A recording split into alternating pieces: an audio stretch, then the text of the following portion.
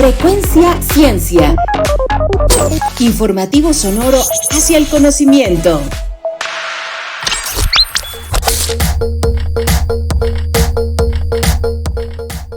También están las amenazas productos de los desechos que generamos, ya sea desechos urbanos. El problema es la cantidad en la que están llegando. Eso es lo que nos tiene ahora muy preocupados, porque en esas cantidades pues resulta ser un problema, se puede desembocar en desastres ambientales. En el caso de los corales, el calentamiento oceánico induce su blanqueamiento, y si la temperatura sigue incrementándose, potencialmente su extinción en un futuro.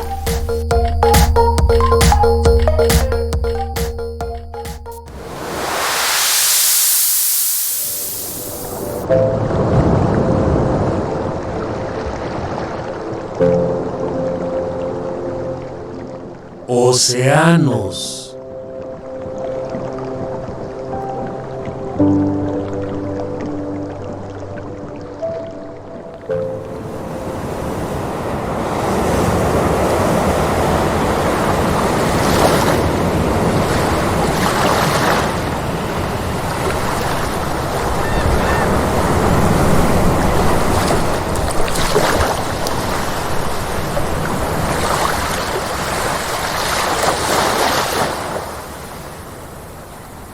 Me imagino un lienzo infinito de color azul, donde las olas danzan sin cesar y cada cresta se transforma en una explosión de espuma blanca y efervescente.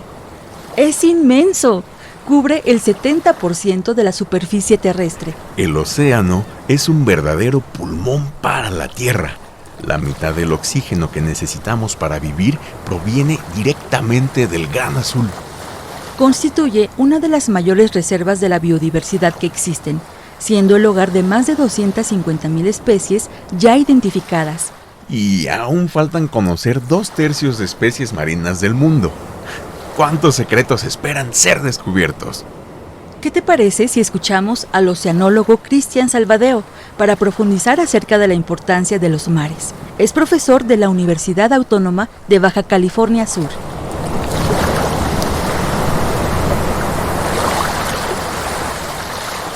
El 70% de la superficie del planeta expuesta, ¿sí? es el océano. El hecho de tener el 70% de la superficie expuesta a los rayos del sol, digamos, ¿no? Que el sol es el motor del clima, en un punto es parte fundamental en controlar el clima que tenemos en la actualidad, ¿va? Porque el clima a lo largo de la historia geológica del planeta fue cambiando, y esto es porque cambian las órbitas planetarias, los continentes se mueven de lugar. Eso por un lado. El océano también por su amplitud y también nuevamente por estar expuestos a los rayos solares. Esto en combinación con la vida, más que nada, sobre todo con la parte vegetal de la vida, ¿no? Los organismos que tienen la capacidad esta de transformar la energía del sol en energía química. Aparte de esta energía, ¿no? También en el proceso de fotosíntesis se libera oxígeno. De acuerdo con el Instituto de Ciencias del Mar y Limnología de la UNAM, el océano es un sumidero crucial de carbono y calor.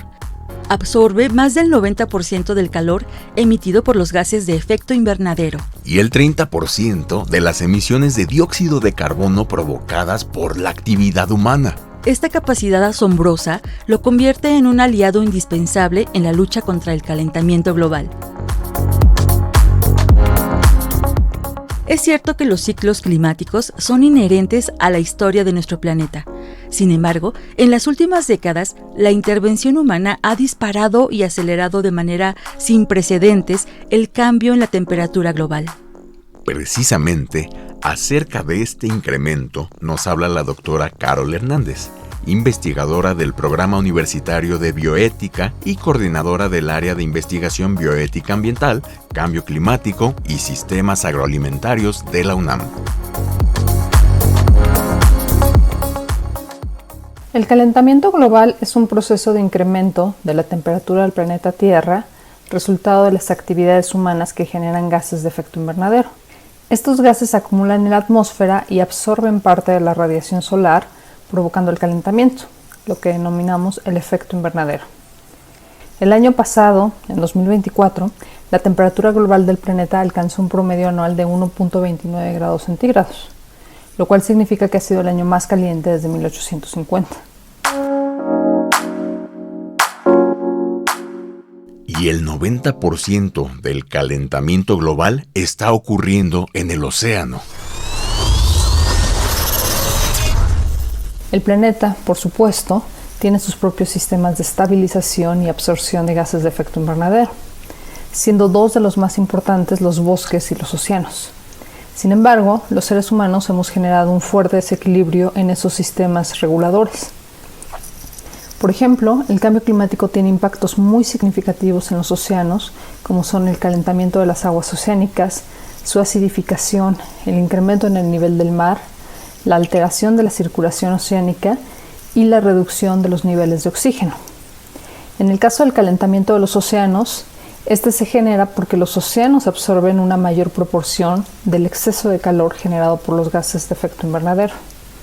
Este calentamiento oceánico causa olas de calor marinas que afectan la vida marina, forzando a algunas especies a migrar a zonas más frías o, en el caso de aquellas especies que no pueden desplazarse, estas se ven afectadas por una degradación en las condiciones ambientales en las que tienen que vivir.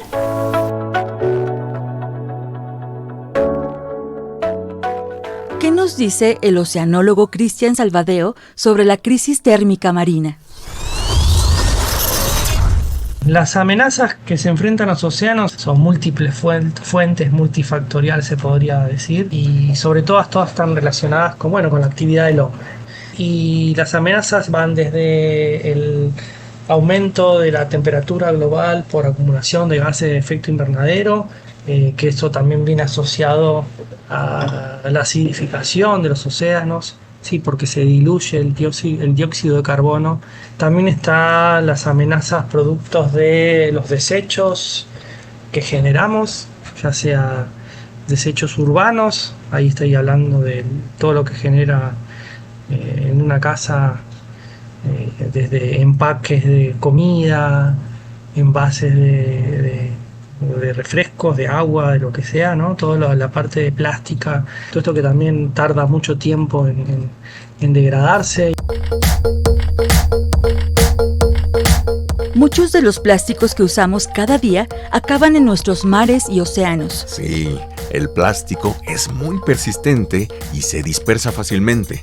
Lo han encontrado en todos los rincones del planeta, desde el Ártico hasta la Antártida. Carol Hernández tiene datos interesantes sobre este tema. Y también muy alarmantes. Por supuesto, también debemos de reducir la contaminación de los océanos por plásticos y sustancias químicas. En el caso de los plásticos, la UNESCO estima que en los océanos existen actualmente entre 50 y 75 billones de pedazos de plástico y microplásticos, y que anualmente depositamos entre 8 y 10 millones de toneladas métricas de plásticos. Estas estimaciones nos acercan a una cantidad de plásticos para el 2050 que podría superar el número de peces habitando el océano. Es fundamental proteger nuestros océanos, reducir nuestro impacto en ellos y preservar lo que aún queda. En esto coincide Carol. También debemos continuar reforzando la diplomacia internacional para llegar a acuerdos que nos permitan proteger nuestros océanos. El logro más reciente es la adopción en 2023 del Tratado para la Conservación y Uso Sostenible de la Diversidad Biológica Marina en las zonas fuera de la jurisdicción nacional, o lo que se conoce como el Tratado de Alta Mar, el cual fue adoptado en 2023 y debe ser ratificado antes del 20 de septiembre de este año. El objetivo principal es proteger la vida marina en alta mar, que es la mayor reserva de biodiversidad del planeta. Es muy importante proteger los océanos, mitigar nuestro impacto en ellos y tratar de preservar lo que todavía queda en ellos. Para Cristian Salvadeo, es indispensable generar grupos de trabajo multidisciplinarios. Ahora estoy trabajando, más allá de cuestiones ecológicas y climáticas, también estoy trabajando con cuestiones sociales, de adaptación al cambio climático. Quiero destacar la importancia de que tiene que haber un conecte entre lo ecológico y la parte social. Lo importante es generar grupos de trabajo multidisciplinarios, donde no solamente se tengan en cuenta cuestiones ecológicas, sociales, políticas, ambientales, porque mientras más información y más voces se escuchen, la probabilidad de que estemos generando herramientas de manejo buenas y positivas va a ser mucho mayor.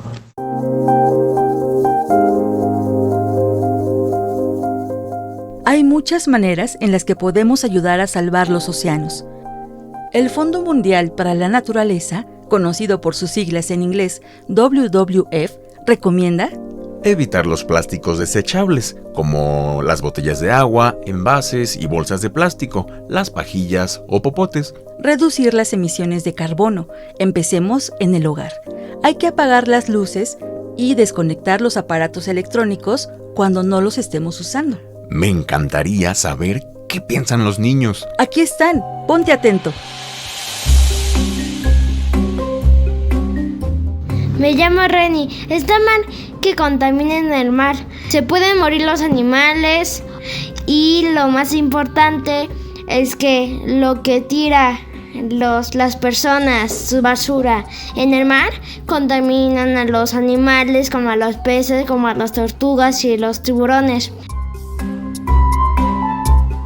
Que existan animales marinos como las ballenas, orcas, delfines. Yo vivo en un océano. Allí se forman en sus playas huracanes. Para mí los océanos es un mal grande, gigante, que nunca se termina. Tiran la basura y se contamina el agua, que no lo tienen que hacer, porque ahí viven animales y a veces las tortugas con lo que tiran les tapan el hocico y no pueden respirar y se mueren.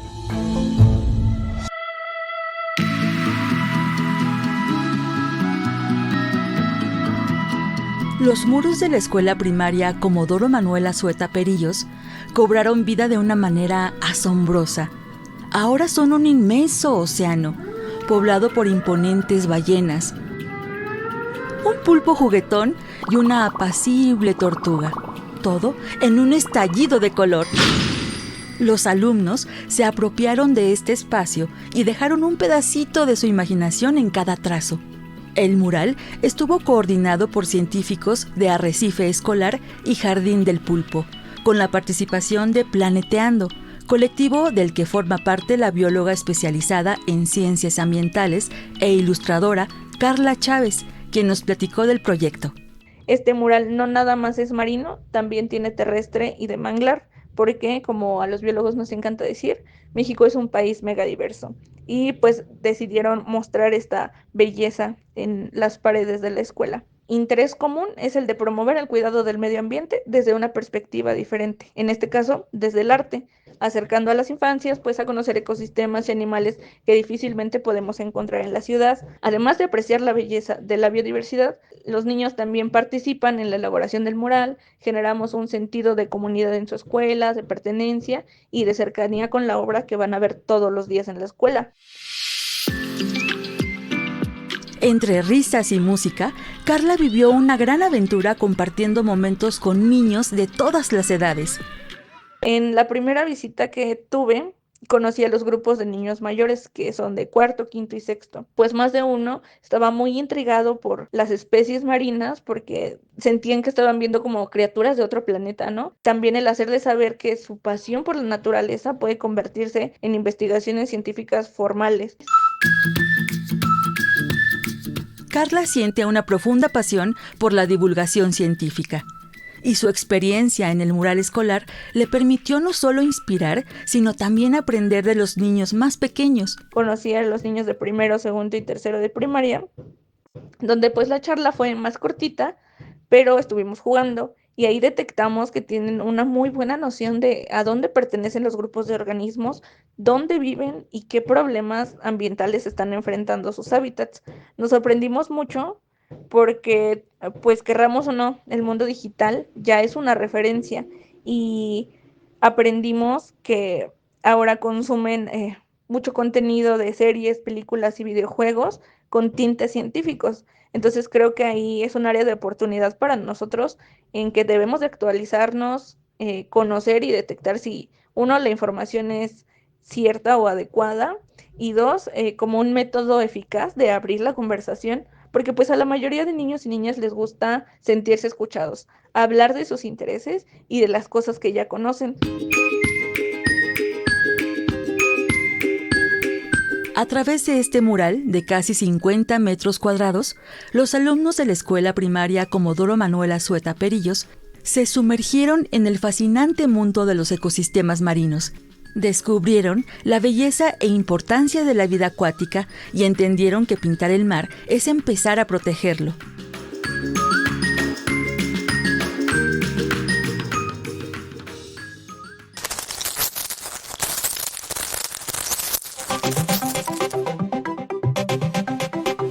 Ciencia en México.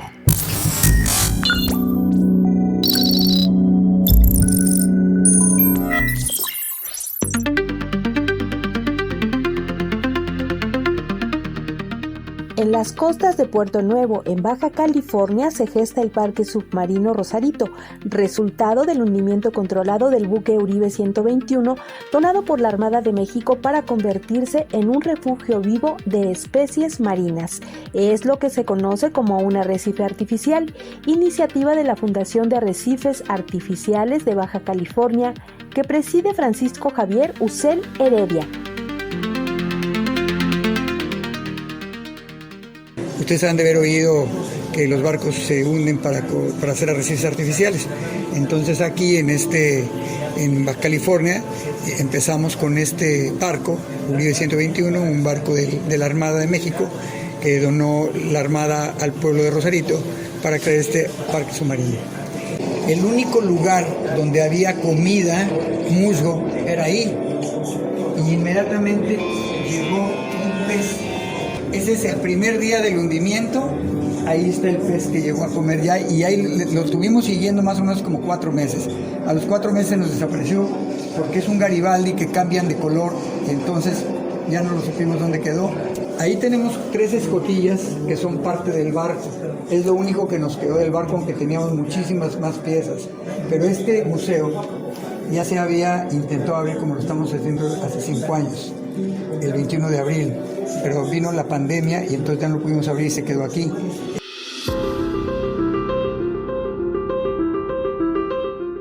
El buzo narra la historia de este buque Uribe 121, patrulla oceánica hundida en 2015, y de la que después de un proceso de limpieza en su interior para evitar contaminación por el contenido de las piezas de su motor, se llegó a la regeneración ecológica. Recientemente inauguraron el Museo Puerto Nuevo como un espacio para divulgar sus avances a través de proyecciones y láminas que documentan la evolución de este refugio natural, así como la maqueta del museo de 3 niveles que requiere de 45 millones de pesos para su construcción.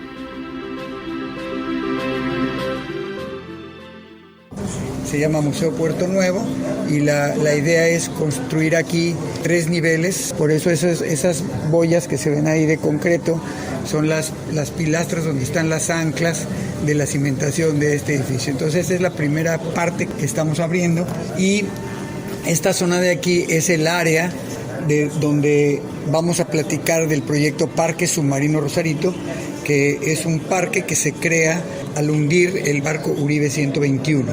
Ese es el proyecto del museo. Nosotros estamos en la parte de abajo hasta atrás.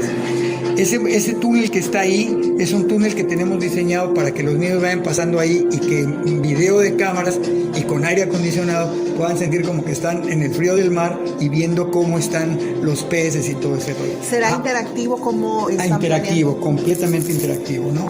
Y estamos hermanados un poco con el acuario que está en el Secut, es la famosa bola, y ahí hay un acuario. Y después, en la última etapa, por decirlo así, tenemos el área donde queremos decirle a los muchachos que tienen que cuidar el mar, ¿no?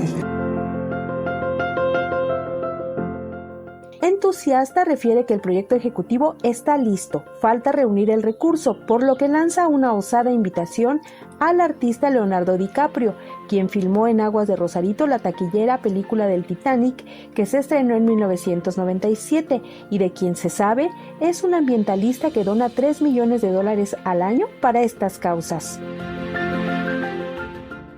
Le mandamos una invitación a todo el que conozca a Leonardo DiCaprio, que se acuerde que hace 25 años estuvo aquí en Rosarito, que lo apreciamos mucho y que si viene a ver nuestro proyecto seguramente se va a enamorar de él y nos va a ayudar.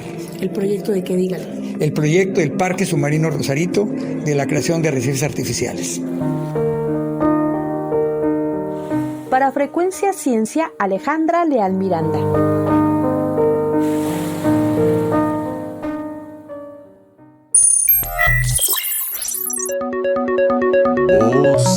Voces del conocimiento. Los que saben, opinan.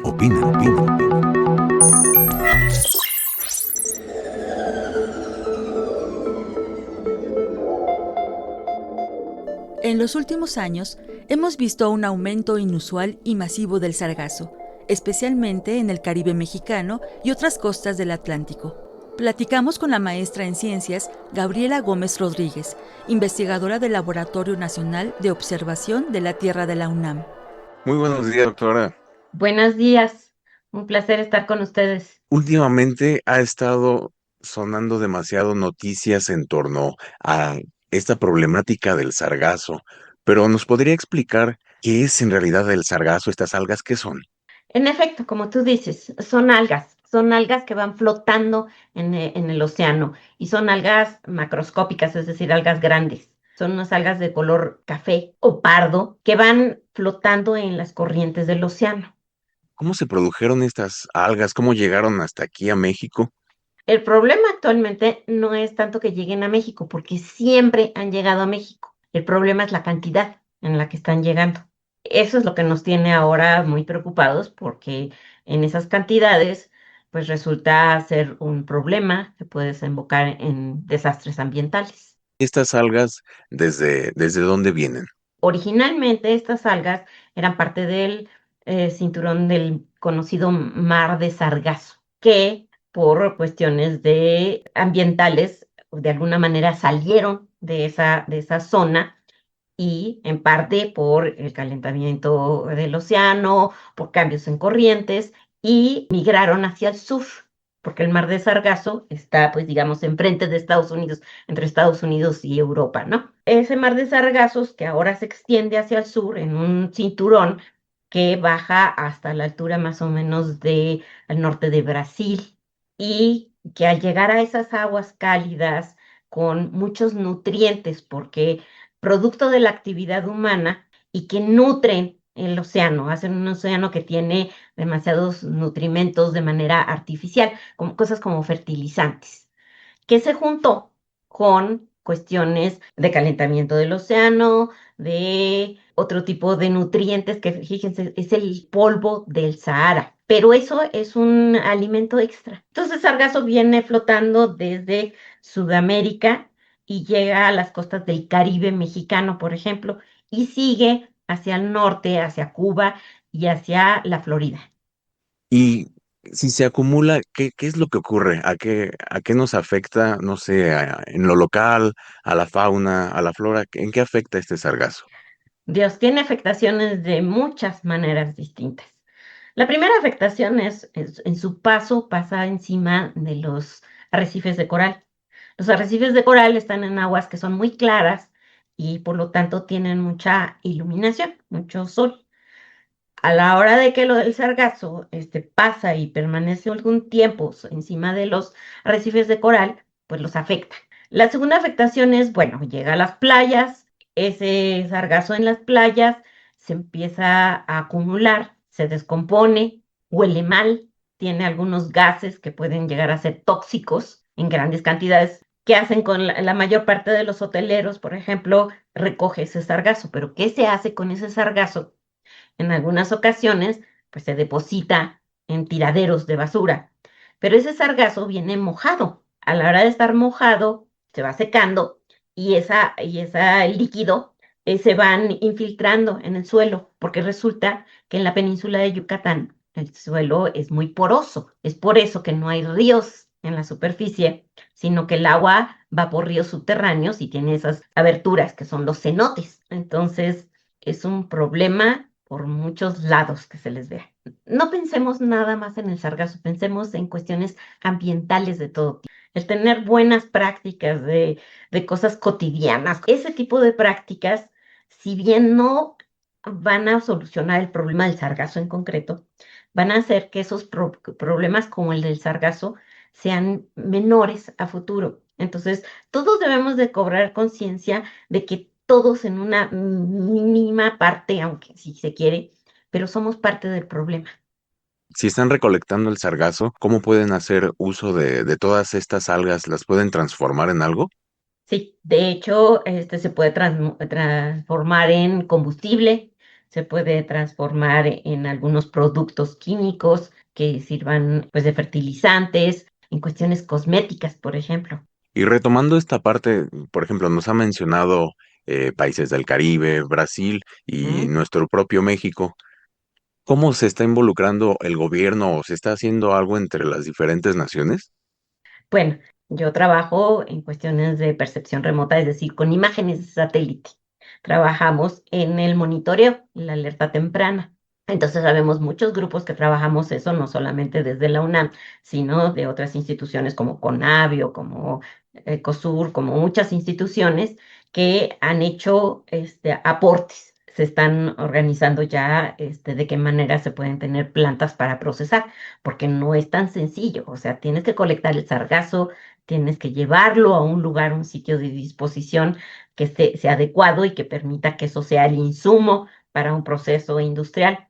Hay cuestiones de salud, por ejemplo, que se están viendo de qué manera afecta a la salud. O sea, el sargazo no nada más es un problema, también es un sistema en donde pueden viajar diferentes especies que van junto con las balsas de sargazo, que pueden ser tortugas, algunos peces, algunos crustáceos. Doctora Gabriela Gómez Rodríguez, muchas gracias por conversar con nuestro equipo para traer esta información a las audiencias. Le agradecemos mucho.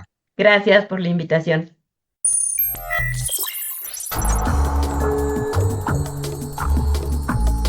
Sentidos.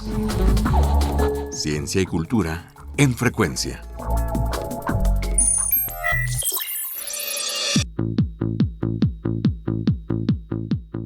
Guardianas y guardianes del océano es una actividad dirigida a niños de 5 a 10 años, quienes a través del juego conocerán algunas de las maravillas que encierra el océano y aprenderán a cuidarlo. Se llevará a cabo el sábado 28 de junio a las 14 horas en el vestíbulo de Universum, Museo de las Ciencias de la UNAM, Circuito Cultural de Ciudad Universitaria. Te invitamos a la charla demostrativa de lo micro a lo macro, un recorrido visual y conceptual que te dejará asombrado por la complejidad y belleza de la unidad básica de la vida, la célula. Tendrá lugar el próximo domingo 29 de junio a las 15 horas, en el conjunto de 2 bóvedas del Museo de Historia Natural y Cultura Ambiental, Avenida de los Compositores sin número, segunda sección del Bosque de Chapultepec.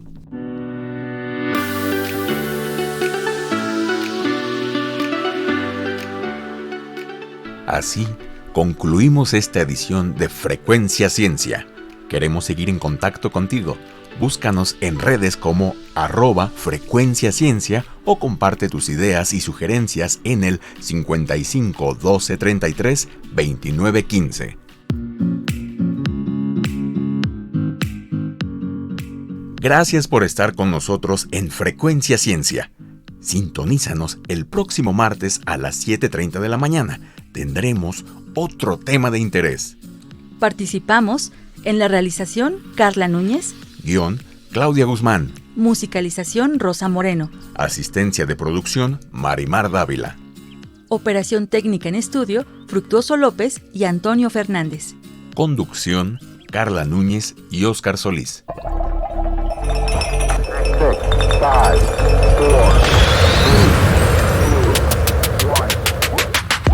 Frecuencia Ciencia. Informativo sonoro hacia el conocimiento.